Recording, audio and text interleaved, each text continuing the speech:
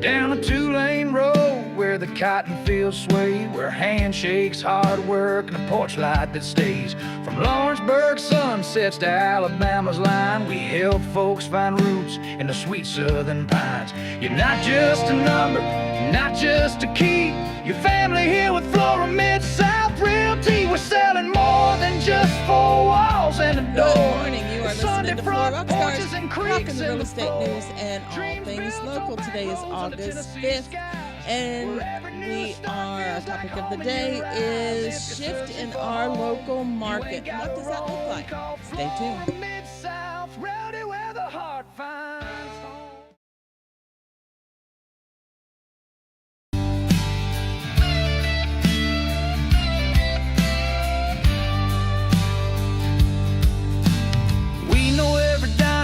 Courthouse Square and the story each neighborhood's proud to share.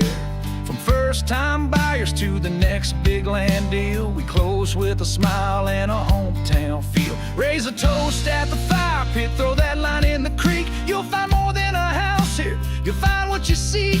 We're the boots on the gravel, the soul of this town, and we won't stop till we got your dream locked down.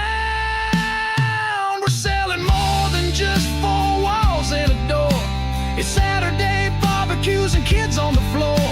Dreams built on back roads on the Tennessee skies, where every new start feels like home in your eyes. Good morning. If you're searching for home, Rockstars, you ain't got a roam. Come Flora Mid-South, ready where the heart finds home.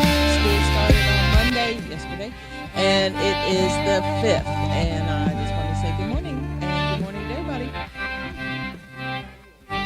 How is everybody today? So if you're driving through southern mid-Tennessee, look for that sign with the roots running. You are sliding it. You did slide in this morning. I was here like 7:30, and I'm never here at 7:30, so I was the early bird today. But anyway, I've got Holly on this side. Oh, wait, no, we don't have Holly on this side. Holly had a doctor's appointment. Well, I got Pat on this side. And I got Nathan over in the corner in the dunce cap, and we are going to have a show today. Okay, all right. Might be good, might not. We're just going to have a show. We're just going to wing it. We're just going to have a show. Have a show. So how was everybody's weekend? Lazy What? for me. Yes. What? Yes. You didn't work with your finger? No. What? She's got a boo-boo on her finger. I am milking this for all I can. With Homer, is that too far though? I mean, how far is Homer going to let you milk it? Well, I don't know. He's starting to, oh, my back. Oh, yeah, so, okay. So enough tension. It's time. He needs to get his. Yeah, you Yeah. got a week's worth of attention, so he's done with that. Yep, he's done. He's been cooking and washing dishes, so. Oh, my gosh. Hey, good for him. Good for him. So, yeah, that's not going to last very long. I would, when you go to the doctor, just, have the doctor say that you can't do this and this and show him the doctor's note. Apparently, doctor's notes in Lawrence County don't matter No, anymore. they don't count anymore. Oh, don't start with that, but that's true. Well, here's the thing. I'm not going to school, so Yeah. it don't matter. That's true. Yeah, that whole thing is a debacle. Well, it's just. People's blown it out of proportion. 100%. And, I mean, send your kid to school and, if they're sick, they're sick. What are they going to do? Now, the only thing that I do agree with the uproar, I was fine with everything until Stacey O'Neill made a post, and I respect what she says and how she does her business. I think she's a great attorney and she works well with the kids. But just the HIPAA stuff. I mean, yes, you do not sign your HIPAA rights away. Period. I was on board with everything else. See, I don't have a kid in school. So basically, there's a lot of attendance stuff going on where kids are missing a lot of days. Now, what I've found out is they've been using the 23 and 24 attendance record to make all these decisions. What happened to 24, 25? And what did the attendance look like there? But basically, they're just cracking down on attendance. Yes, okay. Attendance. Cracking down on attendance. And I agreed with everything until I found out the HIPAA. So What- let's say a child has a terminal illness or a very chronic illness, something that will prohibit them from going to school on a regular basis. Mm-hmm. The Lawrence County is wanting, and I don't know if this has changed. I haven't heard the latest this week yet, but Lawrence County is requiring that you sign your child's HIPAA rights away. No. Why? What benefit is that to them? Because they can then now talk to the kid's doctor, Privacy rights. but they also say in the saying they can use it against you in court if they have to go to court. When you sign your HIPAA rights away, that's forever. Right. That's forever. So 10 years, 15, 20 years down the road, and somebody's trying to get your information or whatever, well, the school has it now and is allowed to disclose everything. So I wasn't all right with that. No. So that could eventually become public record. Absolutely. Yeah, that's I don't understand how that benefits them. You know, it sounds like they've got a big trust issue. The school, Maybe. you know, I mean, by that, they're not trusting what people are saying. Well, it's like with the emotional support animal for rentals. It's kind of the same thing. They can get that off the internet. I mean, they can get anything off the internet. Mm-hmm. So, my child's doctor, you know, we done telehealth. Yeah. So But yeah. but my whole thing when this started is I understand attendance is important, but I understand let's see. I'm assuming, and you know what that does, but I'm assuming that 95% of the kids go to school on a regular basis. I mean, that's the assumption. And I know, but I don't know the percentages, but I'm assuming the higher percentage goes to the people who follow the rules, goes to school, does what they're supposed to do, but we're only talking about a few. But yeah, and that's what it is. It's like everybody got in an all uproar. Oh, they're blah, blah, blah. And everybody gets mad, but they don't realize it doesn't pertain to them. You know, if your child goes HIPAA rights and that kind of stuff. Well, yes, absolutely. That yeah. But why don't we take care of this instead of trying to take care of this with this? Well, the HIPAA thing, yes, is I mean, the is whole unheard of. attendance policy. But the attendance policy that they were trying to enact have enacted makes sense. You know, if all they want is communication. Right. That's it. That's all they want is communication. If you communicate with them, they're cool. Mm-hmm. You know, but then people took it out. I mean, there's been a lot of kids withdrawn from school. Yeah. And it's just like you got all the uproar because of what? Mm-hmm. I couldn't figure it out. And I guarantee you, a lot of these people out here that are angry right off the bat, it wasn't over the HIPAA thing. Right. It was just because they think they were trying to be controlled and all that.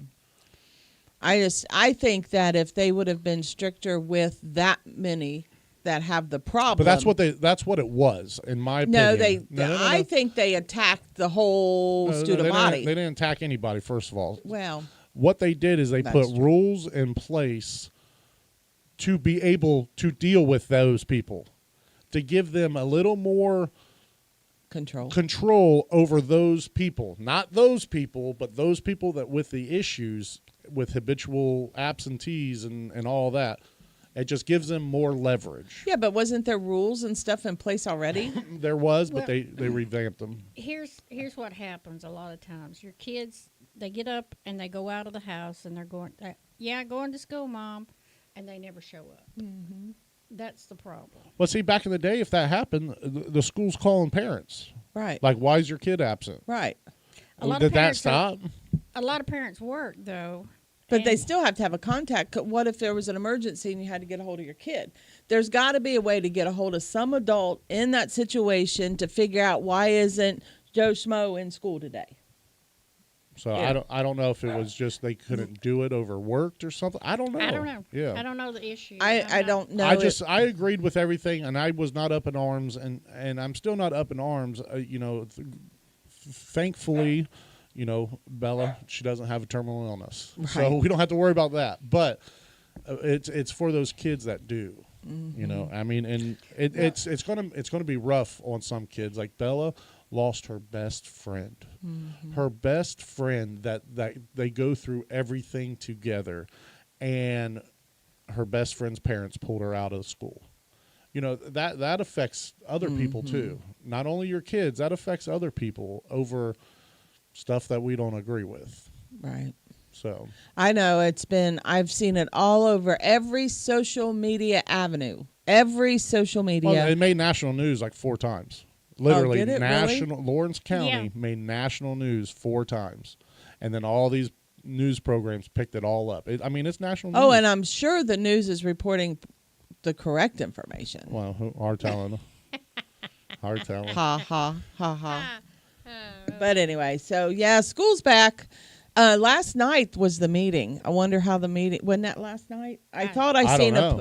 I thought I seen. I didn't a even know post. about a meeting, Yeah, I seen a post that said Monday. so I could be talking outside my mouth, and they could have changed a Well, whole bunch and they of stuff. could have, they could have, but still, this is what's led up to Yeah. last night's meeting. And I bet you, if it was last night, I think I saw that on Facebook. I think that the educational meeting was last night, and if that's the case, then I just wonder if how it turned out and If anything changed, with that or not. how many people went and if it was standing room only, which I'm sure it was. Probably, because there was a lot of people just unnecessarily angry. Yeah. They heard somebody's take on it and didn't really read it for themselves, and then it spread like wildfire. Yeah. Somebody seen it on TikTok.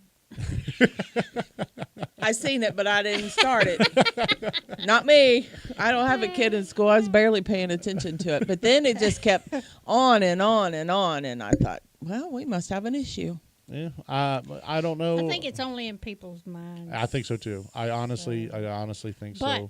I don't have a kid in school, so I can't.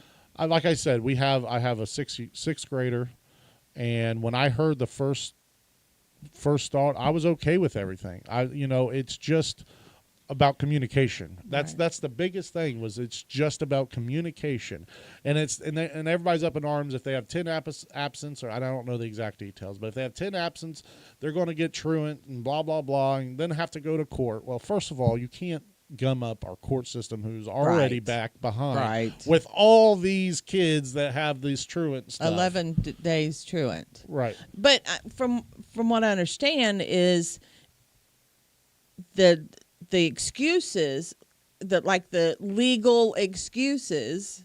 I guess legal's not even a good word, but like going to the doctor, a dentist appointment, or something like that doesn't work anymore. So those aren't excuses anymore. Well, see, but people are taking advantage of it. Say somebody had a dentist appointment.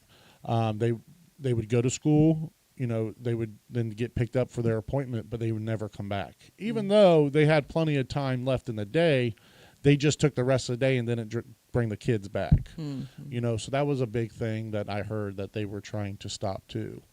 So I don't know. There's a whole bunch of inner workings of it that I'm not privy to. So, but when I heard it first, I was okay with everything until the HIPAA stuff.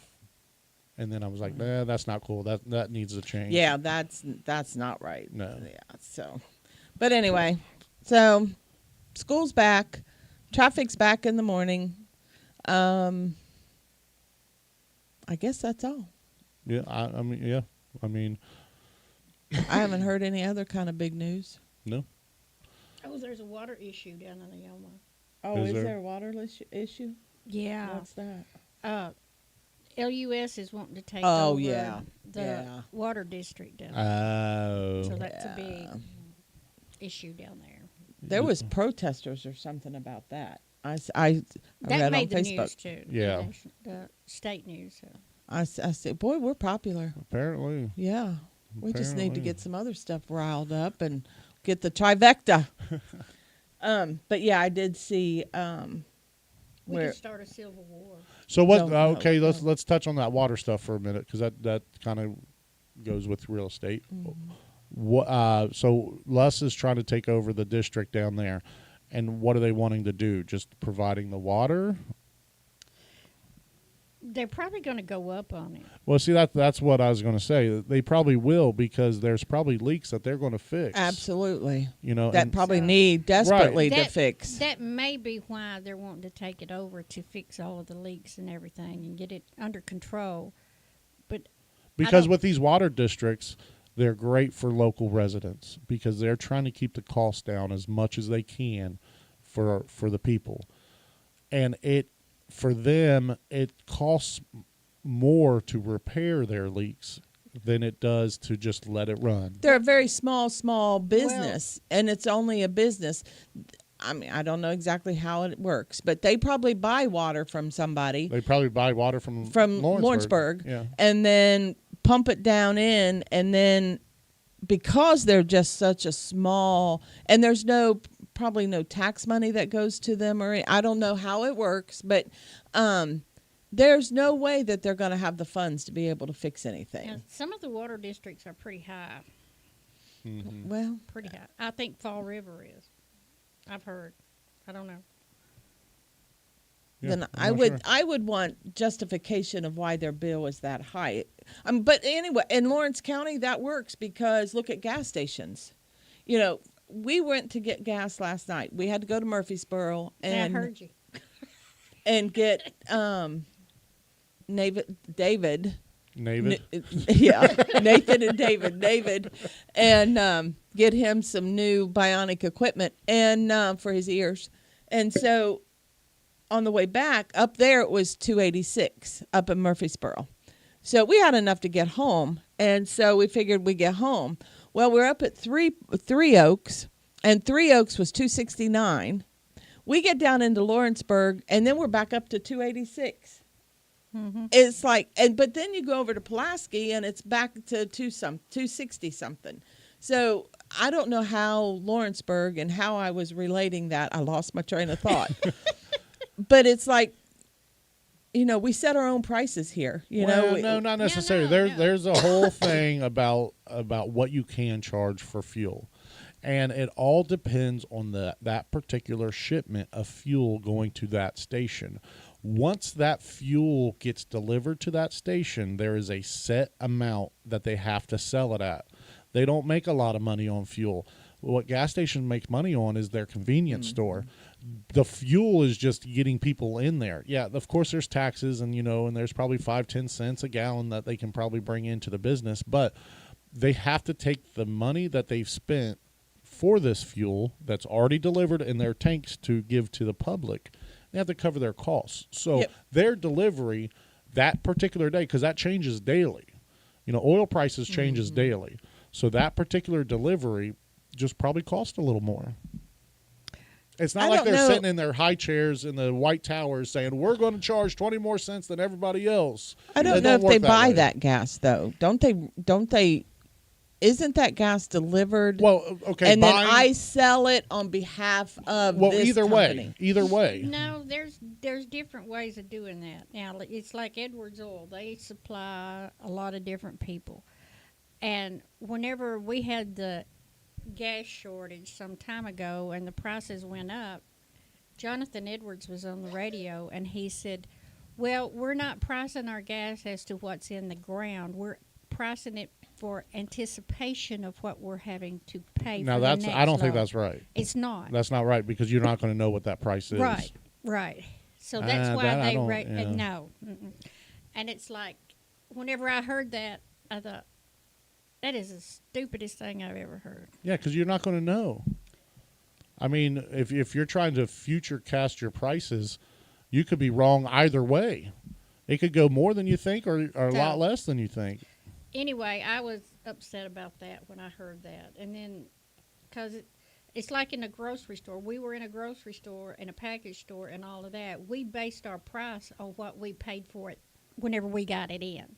Yeah. We set our percentage and marked it, and that's what we've done. We didn't say, oh, this is going to cost me $50 the next time I get it in. So I'm going to go up now. Yeah, that's just not right. Yeah, I don't understand. I know the gas stations. The one that I personally know for a fact doesn't make but like 2 cents a gallon. Yeah. Yeah, something like off of that. it. Yeah, they don't make their money in their gas. They make their money in their convenience stores. No, but it's just aggravating when you hear the price of oil dropped, but then you look at the gas stations and Yeah, but you gotta give it time. I know. It's not yeah, like but an then it immediate raises thing. back up again. But why is the same company that delivers to here, delivers to Three Oaks, or delivers to Pulaski, and those two can charge 20 cents less per gallon than Lawrenceburg? But you got to think of the day and the delivery. I mean, it literally changes daily. Wow. Well, it's like, how much gas have they actually sold out of their tank? They're still operating on the old. They haven't and that got too. the new gas. And maybe yet. that's something too. I don't know. To me, it But- just sounds They probably own their own tanks. right. They own the So- tanks and borrow the gas to sell it. Yeah, they buy the gas from whoever Layman's is the terms. cheapest. Yeah. So now, if Now, if you don't own the pumps, that's a whole different Yeah. racket. Well, what another story? Gas in school. Gas in school. Well, water, oh yeah, and water. And We got water. water issues, gas. It sounds like we got intestinal problems. yes. if you listen closely, you can hear that. Well, Bella has her first game tonight. Oh, cheer game. Yeah, the first football game as a So, cheerleader. Was her little friend a cheerleader? Yeah. Oh, she- well, you can still. If you're homeschool, you can still Oh, try so she out. still gets to be a cheerleader. Yeah. Yeah, you can still do the extracurricular activities. Mm-hmm. I'm back to the school thing. I don't have an issue with homeschool because if it's done correctly and but I know some people that moved here from New Jersey and they bought a house. They've got, at that point in time, they had 8 kids. 9. Had their 9th child here. And, It's like this. well, they've got 4 more since then. But, They have 13 children. not, I mean, Natural. theirs. Yeah. And 13 kids and counting. so no, I think they're done now. Hey, surprises happen. Well, They- did they want that? Oh yeah, that they yes, very much so. They both love their family, love their kids, and just love to have a big family. So they have a big family. Huge family. They have a small one, and then their oldest. Yeah, what's the age range? I If you think the remember oldest. The oldest one may be between 20 and 25, Uh-huh. and the youngest one is probably between 13 and 8. Okay, that's not terrible. I mean, I don't know if I got the math right, but Yeah. there's not little ones. They have grandbabies now that are little. That's what I was going to say. They've got the father of the bride. Was it a father of the bride I don't situation know. I don't know where what that is. where the mother and the daughter both are pregnant at the same time? Oh, I don't know. It could have been. Hey, Could have been. yeah. I mean, but they're good people, and we're back to the homeschool part. And they homeschooled their kids, which then gave them the opportunity to travel and educate. You know, they got to see things firsthand, and they've got to see, and I know they were lucky that way because of their financial situation. Right. But Yeah, there's somebody working 50, 60 hours a week, how are you going to homeschool your child well, but properly? their program is it's school online where Like Zoom? yes, the teacher's there, you attend class, and everything's the same. It's just you're doing it from home. Things get emailed to you, you print them off, you do your studies or whatever. And I'll tell you, those kids were common sense smart and book smart. I mean, the kids were just so intelligent as far as their demeanor, as far as their vocabulary, as far as their reasoning. I mean, it's a very good program. Whatever I know there's lots of homeschool programs, but homeschool's not the parent teaching. It doesn't have to be that way. Lord knows if I had to teach, we'd have some real bright kids. Look. He's a product of Ohio. I'm a product of Ohio and county schools. So anyway, Well- homeschool is not like what we all thought it was back No, when there is. homeschool. There is still. And some people choose to do that where, like, the parent is the actual teacher and there's a curriculum that they have to follow and all that. And that's fine if that parent has that ability to do so. Absolutely. But I still think that there needs to be standardized. I don't think there's standardized testing with home. I may be wrong. No, there is. I There think is. there is tests There you is. have to take in order to say you've completed this grade. Well, yeah, through the school, but you know how schools at have home. those. No, for The homeschool. education system, Yeah. yeah. In The order to county get a school system. diploma, you have to be able to show Well, whatever those tests are, those TCAP. Yes. Oh, I don't approve of those standardized tests. We called them proficiency tests Yeah. up north. Well, Up north, they were proficient. They're the TCAPs down here. well Um, I don't approve of those. Well, I do because I think you have to, be, and I am a But the problem with the TCAPs and stuff, it's all about the TCAPs. right. And so you're basically It's to teaching get the that- kids how to take- to take this test Yeah. as fast and as efficient as possible to get the most funding for that particular school. But I think if it was the test was over the curriculum that let me teach my curriculum and test them to make sure they understood it. Just like real estate, Well, you I'm have sure to go there through is. school, I'm sure there is that. and then you got to pass a test to show that you learned something. Okay, here's the thing. I don't see a problem with that. Here's the thing about standardized tests. It's all one standard, okay? Microphone. It's all one standard, and you may be better at taking tests than I am. But that's life. And You got driver's license So- test, you got real estate test, you've got the boards for an attorney. I mean, everybody has all a test. of those tests are not the same over and over and over and over. The TCAP test is. Who's here? I don't. Somebody walking by. But anyway, I'm just All right. saying, if we didn't have those tests back, in the chalk and chalkboard age, and but I think we should have, because Well, but well, I don't. some of my there's gotta be peers, some when they type of- graduated from high school, it's like, really? But that's worse nowadays. It is.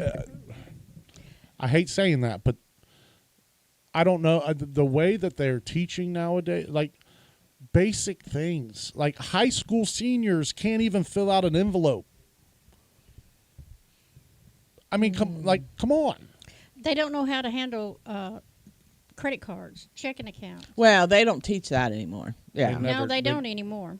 They did. Now that was when I was in school, we had home ec, and home ec taught you home financing, how to cook, how to sew, gave you the basics. At least you had some kind of knowledge Life experience. and understanding. So when you did get out into the world, you did have a little bit of knowledge of it. But we had to do economics test. It was how to do with loans and how to fill out a check and things like that. We did that. Ours was all encompassed into home ec. And by the No. time I got to school, we didn't do any of that. Like nothing. We had home ec and we had economics. Well, we didn't even have home ec. We did not have home ec. At So all. I think the general life skills needed for when you're a young adult or an older adult is not taught. Well, but why is that the school's responsibility? Because they're the education. They're But why do I have to listen? Why do I have to learn about? Back when I was in school, Ohio history. I had to learn about everything about Ohio. What in the world is that going to benefit me? But learning how to write a check. 90% of everything. So that you don't make the same, you learn from your history so that you don't repeat it. No. And you learn where you came from. Honestly, in my opinion, and this is going to be just whatever you want to call it, the school system's set up to train employees. We need employees in our society in order for the cogwheel to keep churning.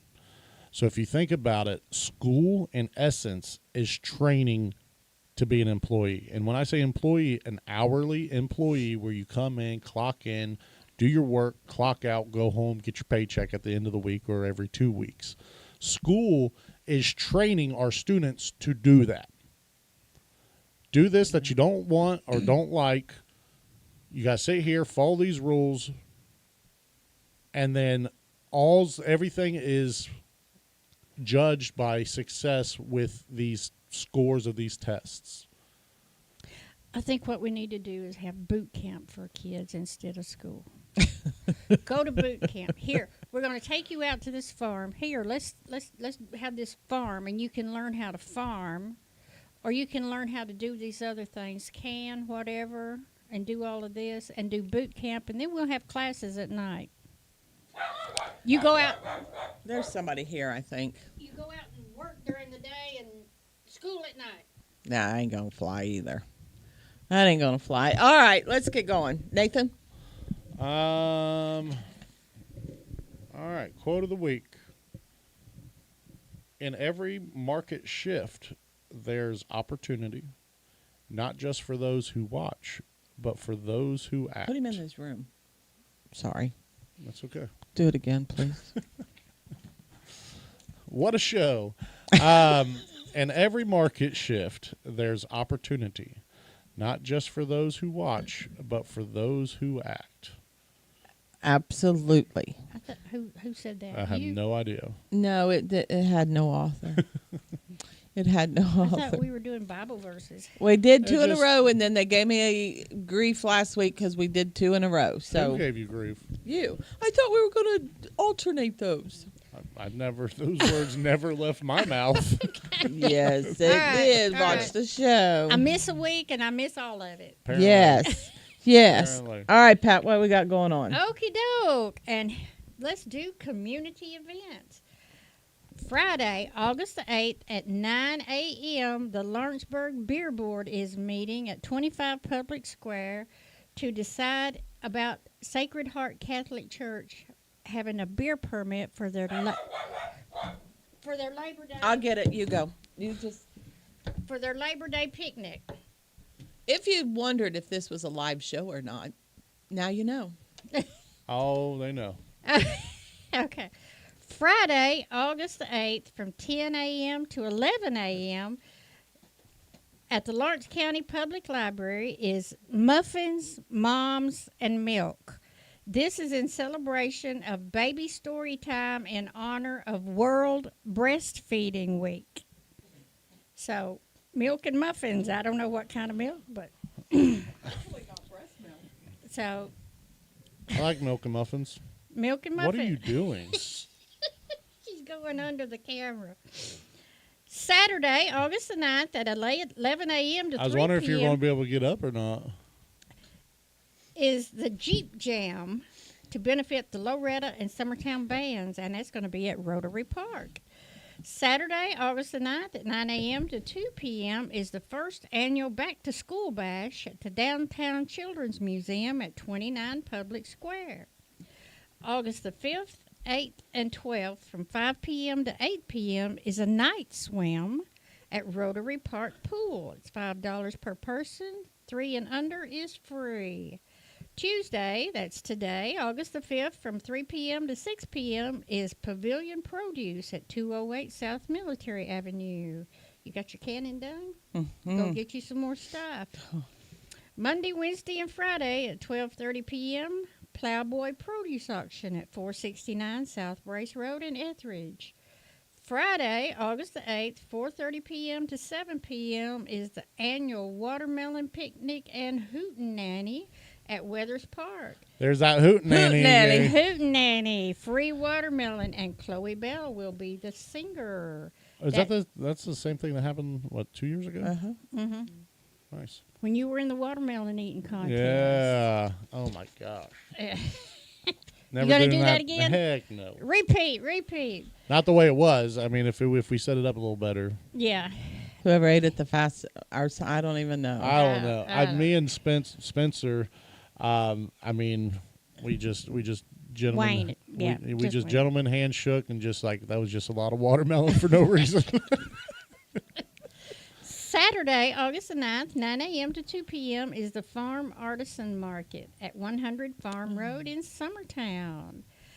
And you can check out the activities at the park by calling 931-903-2323. They have a lot of different things going on. Saturday, August the 9th, 8 a.m. to 3 p.m. is Hope Boutique. It's a free shopping event for Middle Tennessee men, women, and children in need. And that's going to be at Mars Hill United Methodist Church, 637 Weekly Creek Road. I believe they're giving, clothes away for school and work and all of that, people that are in need. And those are your community events for the week. You can tell the school's back. We had a page and a half instead of 3 pages. So, All right. Well, you know what time it is.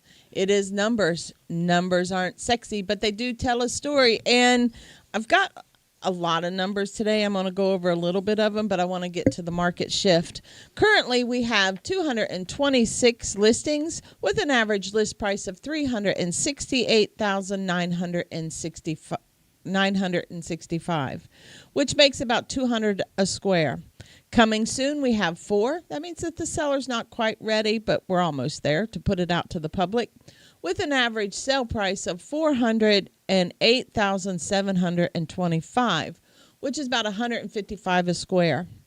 Under contract showing, we have 8 of those with an average list price of $251,912, with an 173 square foot price. Under contract not showing, we have 2 with an average sold price of $110,950, which is about $100 a square.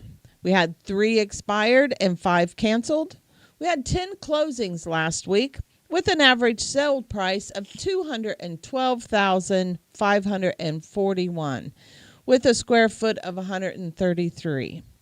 The number I tell you to pay attention to is the percentage between what it was listed at and what it sold at. This is the lowest we've been in over a year. It was 92.33% is what sellers got last week. From the time, So what's that telling you? what that tells me is that sellers are very negotiable. They are taking lower prices and lower offers and selling it at a lower price. So we a buyer's market right now? That's what we're going to talk about. Okay. And list from the time I put the sign in the yard till we went under contract took 53 days. From the time we went under contract till we closed took 28 days. So all in all, about 81 days from start to finish. This time last year, we had 12 closings with an average sold price of $286,742, which gave it about $167 a square. And list price to sell price last year percentage was 99.16%. Big difference from 92 to 99. We have currently right now 5.79 months of inventory. That means that if no other homes come on the market and we can only sell what's available, we'd have over 5 months, almost 6 months to get that sold. Interest rates, though, it on our paper says went up, but they came down.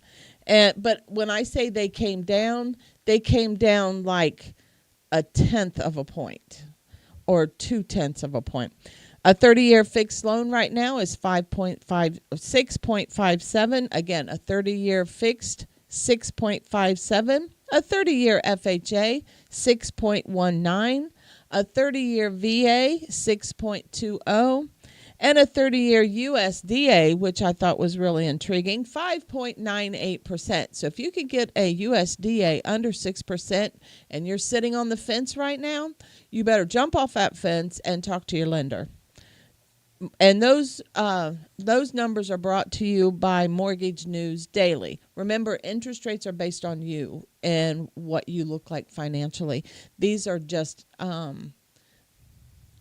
base rates. And wow, I flew by those. Those are your numbers, because numbers aren't sexy, but they do tell a story, and especially in a shift, you need to pay attention on which way we're headed. Well,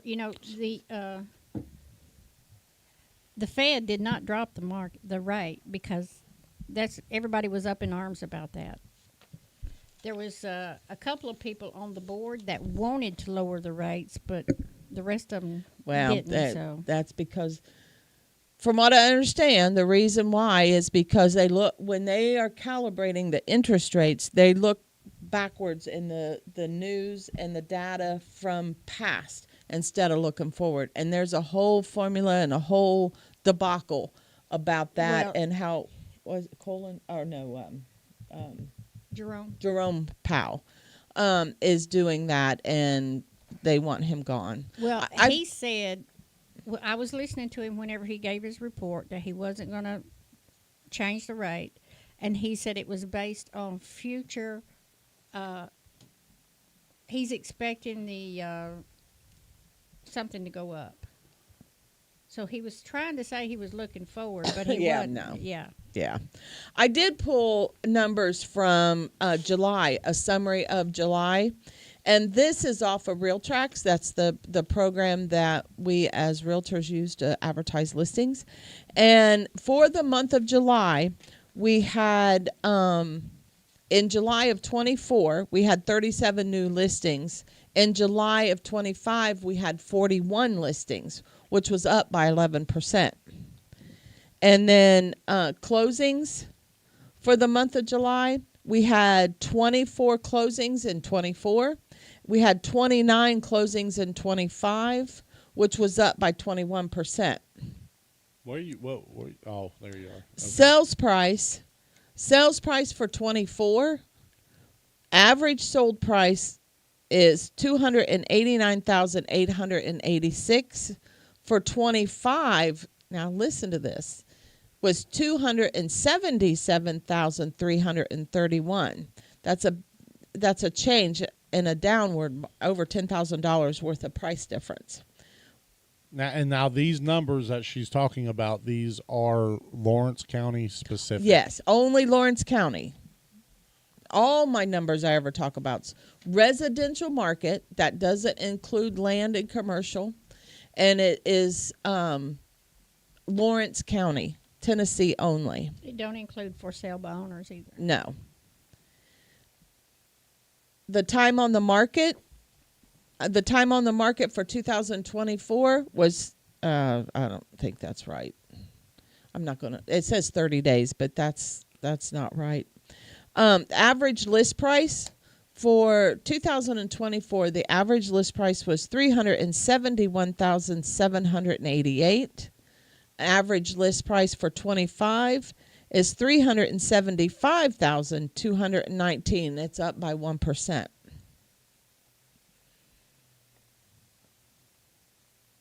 Okay. And the month's supply for July of 24, there was 4.76 months of supply.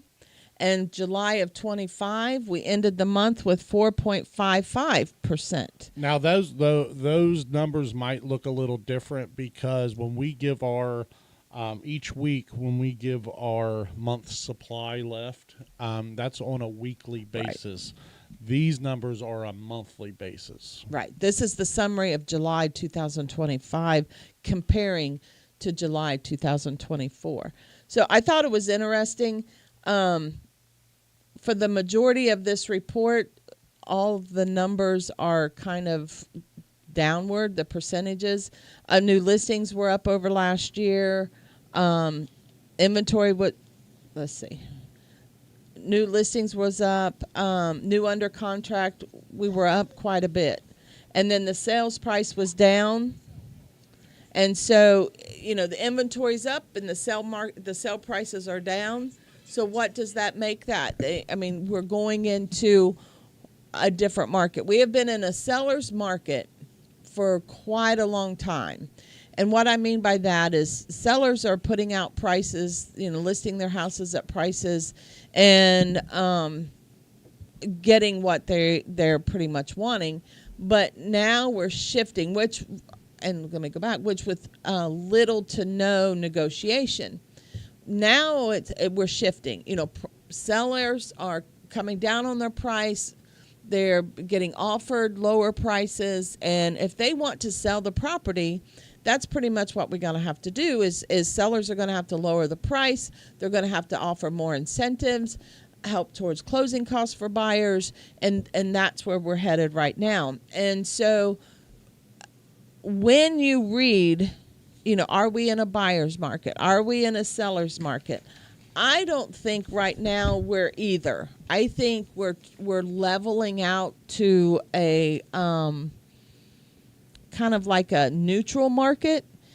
For so long we were a seller's market, and then now we're just coming in slowly. It's taking longer. We're getting more inventory.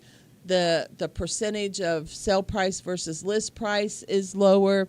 And those are all indications that here in Lawrence County, we're headed to a normalized, I don't even know if you say normal Stabilized. anymore. Maybe stabilized market.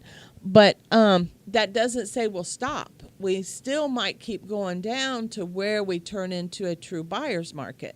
And so, we just have to wait and see how it goes. But I'm going to read something because I thought it was pretty interesting.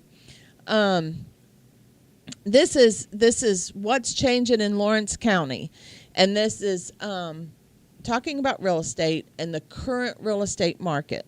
Higher sales volume and moderate sales growth and price growth. In June of 2025, Lawrence County saw 46 homes sold, up around 53% year over year, while the median price climbed 2.6% to $300,000. More homes on the market. Listings rose to 326 in June, which was up by 3.5% from May. Longer times on the market. Average days on the market increased to 48 days, which was up by 11.7% higher year over year, with a 66 median day to close. So it's taken 66 days to close. Price sell to list ratio dropped slightly to 95.7, and around 57% of homes sold below asking price, which I thought that was interesting. 57% of homes sold under list price. And then it talks about the shift. And I just want to talk a little bit about the shift and what we see as changing in our market. The number of listings has grown, easing the scarcity of fueled earlier bidding wars. So before, when we had bidding wars and multiple offers, I think those days are gone. Every once in a while you get a house that's very nice, priced right. You might have 3 or 4 offers on it. But back when we had those bidding wars, I don't see that anytime soon. And I don't think statistics do either. Well, you got to look at it. It took a pandemic to have that. I know. So, I mean, if there's another pandemic, maybe, but. It says, as supply climbs, sellers are offering better deals and buyers are gaining leverage. And that's where we're headed. We're headed to that type of market. Improving affordability, while home values are up modestly, mortgage rates are stabilizing. The balance is helping buyers find entry points, especially as sellers are flexibility increases. So before, when we had such a tight market and sellers were getting whatever they wanted, then there wasn't a lot of help to buyers buying as far as closing costs and down payments and points. Now we're getting more flexible, and sellers are more apt to provide or to offer those types of incentive for a seller. Nobody has cash anymore. When you go to buy a house, people think you have to have 20% down or 5% down, and you really don't. There's mortgages out there. I wish Kyle was here because Kyle could talk to this, but he's on vacation again this week. And but we as agents can work with buyers, and in our offers that we offer them for their property for sale, we could ask that the sellers pay 3%, 5%, 6% of sale price that will go towards buyer's costs, your closing costs, your down payment, your points. What I mean by points is if we can get the seller to contribute enough to pay points, we could buy down your interest rate. Let's say if the interest rate's at 6.5 and we get a point or a point and a half, we could put that down to 5%. And so it just depends on how much the points are and how we could negotiate. And that's why it's important to have an agent on your side, not the listing agent if you're the buyer, because then you can try to work with that seller and try to work out a deal where it's going to be beneficial for closing costs, beneficial for points, and help you get into those homes. There is still loans available where it's almost 100% loan. And so I think right now is a really good market for buyers to get into. Is it going to continue on this downward? I don't know. I don't know, but that's what it is today. And so if you're on a fence, I would suggest jump off that fence and talk to your lender, work with your agent. If you don't have an agent, give us a call, and let's help you get into that home. But the shift is really important to pay attention to, because that's a game changer, and that's where we're headed. We're shifting. Real estate has always been, in the history of real estate, has always been a roller coaster ride. We're up, we're down, we're up, we're down. Well, now we've been up for quite a few years, and we're finally crest that hill, and we're coming down. And so that's beneficial for the buyers. Let's see what else that I want to say. It says, basically I said the same thing. There's more inventory. Sales are still up. Prices are modest. And the other thing that gives buyers an opportunity to have choices. Back a few years ago, you had no choices. You either, if you needed a house and this house was available, you better take it because it wouldn't be available long. Now you have choices. There's quite a bit of inventory on the market. It's not taking very long or it's not going very fast as far as getting under contract. And it's a slower pace market, I think, for buyers to get into the market. And it says we're moving towards a balanced, healthier market, not a collapse and just a realignment. Yeah, our market is not going to collapse. We still have a lot of demand for real estate. We have people moving in constantly, whether they're wanting to get out of the state they live in, whether their jobs moving you here. You got to remember, Middle Tennessee is growing tremendously for jobs and factories. So we've got to bring those people in to work. And, so that's my summary on the market change. Yay. Okay. I was wondering if you're going to take a breath at all, Well, you guys weren't piping in, and you were both laid back, and I thought, are you gonna hang with me? Well, we were listening, and you just kept going and going and going. I tried to cut in a couple times, and you just kept going, so I was just letting you go. So there you go. There you go. But numbers are my thing, and so if you want any more information, but Okay, now, how do you feel? Out of all that, summarize it in a statement, one sentence statement. I don't know if I can do it one sentence. What this means is the prices are going to kind of plateau, I think. I don't think we're going to have a big increase or a decrease in the price of homes. I think interest rates are slowly working their way down. And I think there's more inventory on the market. Sellers are finally wanting to put their house on the market. And so we have more inventory. We have interest rates that are lowered. And we have more time on the market. Okay. And so That was an extremely long run-on sentence. I told you I couldn't do it in one. So, but yes. So I think right now, people are, I don't know, people got mixed feelings. And during the beginning of a shift, that's what happens. There is so much misconception in real estate, and it's also misconception in agents, because if agents don't stay abreast to what's happening in our market, in our current market, as far as numbers and inventory and sales prices and all of that, then they're not going to understand what the true picture is as far as the real estate market in Lawrence County. And I study the numbers constantly, and I just think that we are finally crest the hill and we're headed down. But down doesn't mean they're giving their houses away and we're going to have a 3% interest rate. That's not what we're going. If we average out at about a 5.99, 6%, I think 6%, if we go lower than 6%, you all better jump.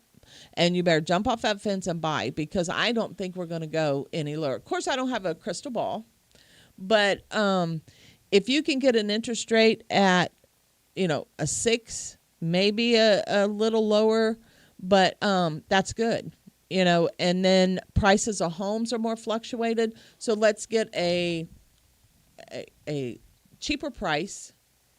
Sellers are helping you pay closing costs, and you're going to average about a 6% interest rate. That is the ideal picture. Okay. So you're thinking leveling off, Yes. not a downward spiral, Yeah. but a leveling off. Yes, I do. I think we're coming down, but we're coming down to level off, if that makes sense. When you're like from an outside looking in, when you're saying it's coming down, is that what's coming down? Okay. This might sound a little backwards, but when we were on the plateau, we had very little inventory, which everything is price and demand, or Supply and demand. supply and demand. And so when we have 46 houses, which we did 2 years ago, year and a half ago, then you have 46 homes and you have 100 buyers.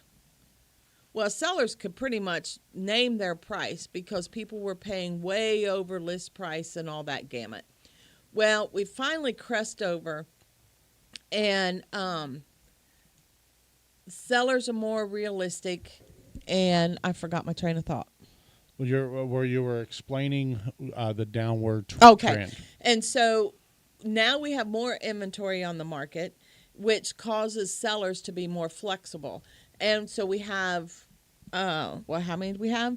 226 homes on the market right now, and we may have 200 buyers in the market. So there's still that demand for housing, which that's what's going to keep the price elevated, the sales price. If we didn't have the demand and we had all this inventory, then we would be on the other side of that market, which, sellers are desperately trying to sell because they're trying to get out and move to their new job or whatever. And buyers are saying, nope, I'm not going to give you that. This is what I'm going to give you. And, sellers are going to have to decide what they were going to do. We're not there, but that's where we could have been. I mean, we could go to that extreme. Does that make sense? It does. Yeah, but yeah. We're leveling. Our interest rates are going to stay the same, which they have been staying the same for now over a year. We're flirting with that 5.99, 6.25. We're right there, and that's going to stay that way. Prices of homes, they're not going to drop. They may drop a little. They're going to be more flexible, but the list price isn't going to change much because we still have supply and demand. So Well, you still have the demand, and I then still right have now the have demand. the supply. Now that all can change. Let's say supply starts going down, demand still there. that can change the whole game too. then we go back towards more of a seller's market. Right. So it's just, I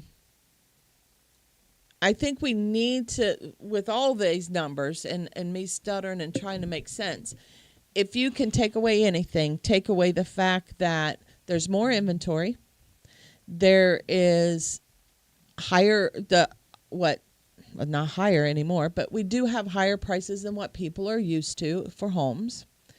And we have the It's been demand. a few years. I think people are getting used to these prices. Well, people still, I'm waiting for them prices to come down. They're They're never not going they'll to ever never come come down. down. You know, a loaf of bread used to cost 27 cents. That price of that bread is not going to go back down to 27 cents. It's just not. And housing is the same way. We're not going to see those lower prices. Now you have one every once in a while that will come out and be ridiculously low. And if so, you better jump on it. You better jump on it, buy it, fix it up, and turn it around and make a profit. But inventory is growing, interest rates are stabilizing, and buyers are still in the market. Sounds like a good stable market in my opinion. That's where we are. We are leveling out, and I think people need to stop being afraid of the market. I think people need to stop thinking that the interest rate's going to come down. I think people need to stop and stop thinking that our market's going to crash. In general, I think people,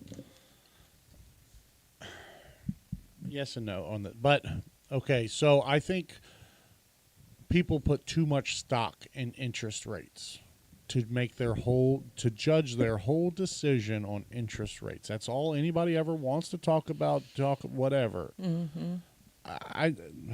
We always say marry the house and date the rate, because there's always opportunities for refinancing.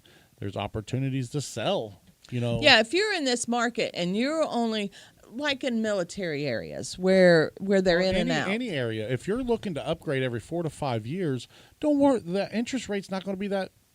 No, at that rate, you could take an arm out, which you have a flexible rate, but it stays good for 4 years, and then it flux. Then take that lower interest rate. The only thing is take that lower interest rate and run it out for the 4 years, sell the house and move on. Make some money because you're going to have equity. Absolutely. I mean, bare minimum is about 4%. If you keep up the regular maintenance on a house when doing nothing else, is about 4%. And regular maintenance means what? It means, keeping up with all your water heaters, your roof, just what makes the house operate. Functional. Not with the way it looks, not anything like that. It's just the function and the actual just condition of the house. You go to the dentist for your teeth. You go to the doctor for your health. Same with your house. If something breaks, fix it. Right. Correct. Don't buy a house and then knowing that it only has 5 years left on the roof, basically, and run it out and then try to sell it and unload it off somebody else. That's not what we're talking about. Right. Keeping regular maintenance is keeping up with everything. And that's that doesn't just general maintenance. It doesn't increase your value either. Well, in my opinion, there's two values when it comes to homes and home selling. There's your monetary value, that is actually what it's worth dollar per dollar. Then they have this appeal, or what I like to say, an appeal value. What appeals to a possible buyer? A new water heater, a new roof. HVAC. An updated HVAC, or just adding HVAC to a house. It will not really up the value. Well, it will if you add a HVAC unit, but it won't up the value of the house dollar for dollar.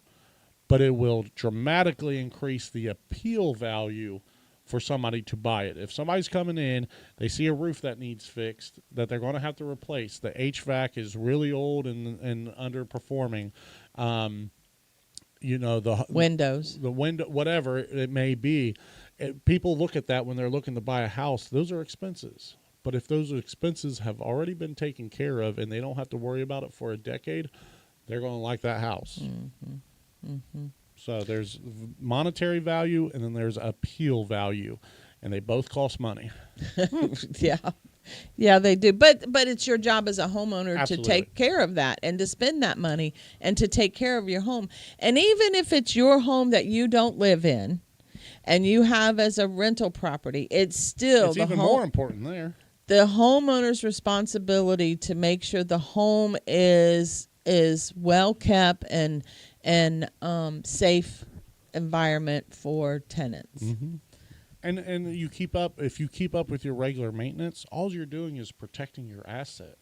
Correct. That's it. I mean, that's keeping up with regular maintenance is going to get you more money in the long run if you go to turn over and sell it. So if you bought a house in you know what 2000 and you know your water heater's now 25 years old, your roof is now 25 years old, your heating and air is 25 years old, you know, and you've never had them inspected, when was the last time you went into your crawl space?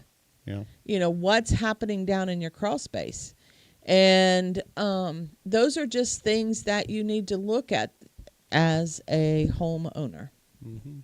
I mean that's one of the big things about being a renter versus a homeowner.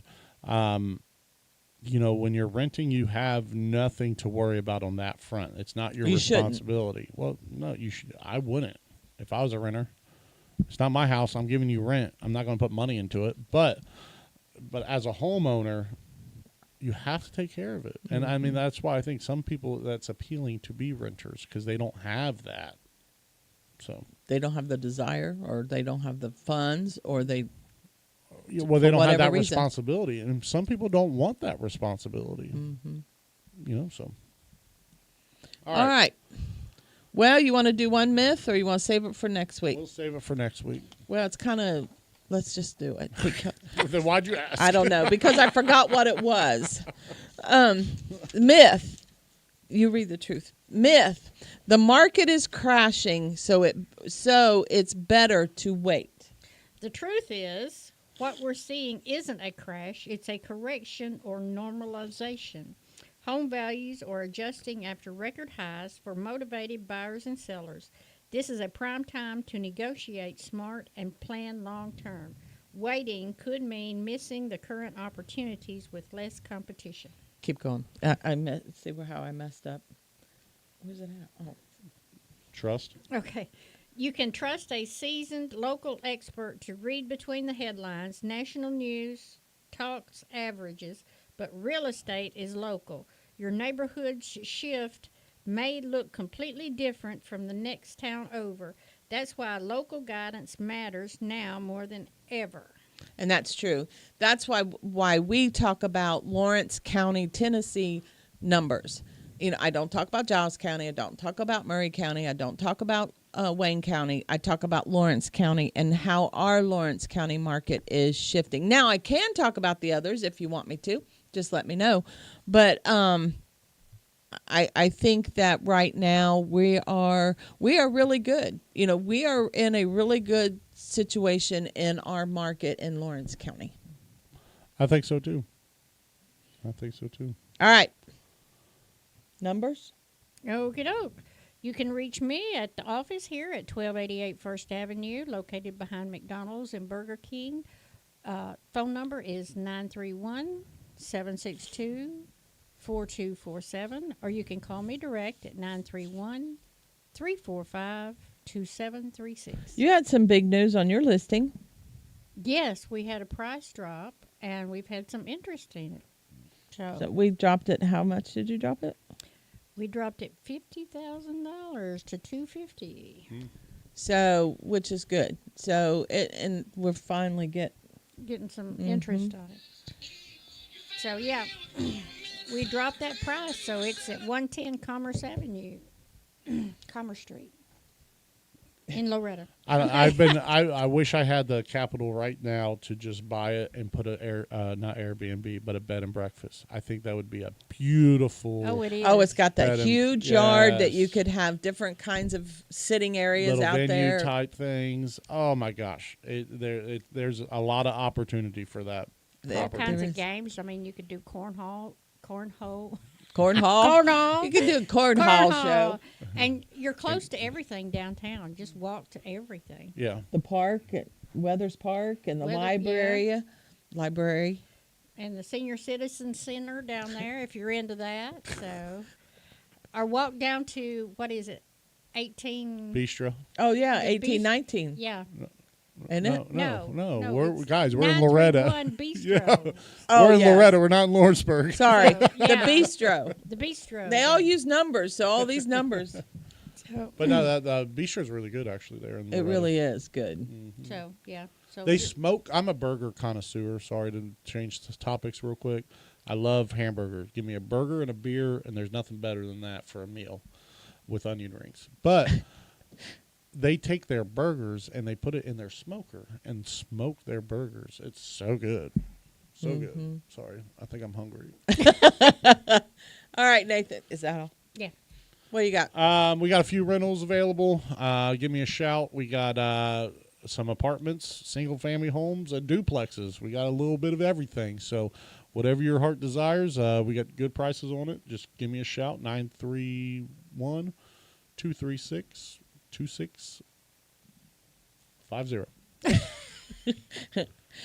I am Teresa Flora, and I have the listing over on 6th Street. And it's a 3-bedroom, 1 bath. It's got hardwood floors throughout, except for the bathroom and kitchen. Nice big yard. It's a side yard, not a backyard. Shaded. It's a well-maintained home. It's an older home, but it'd make a great. It's kind of like an open floor plan. It'd make a great starter home or a downsizer home. But I have that, and it's listed at $170,000, and we're getting a lot of activity on it too. So, and that's all I got right now. So, if you have anything as far as thinking about selling, or want to sell, or want to talk about, let me know.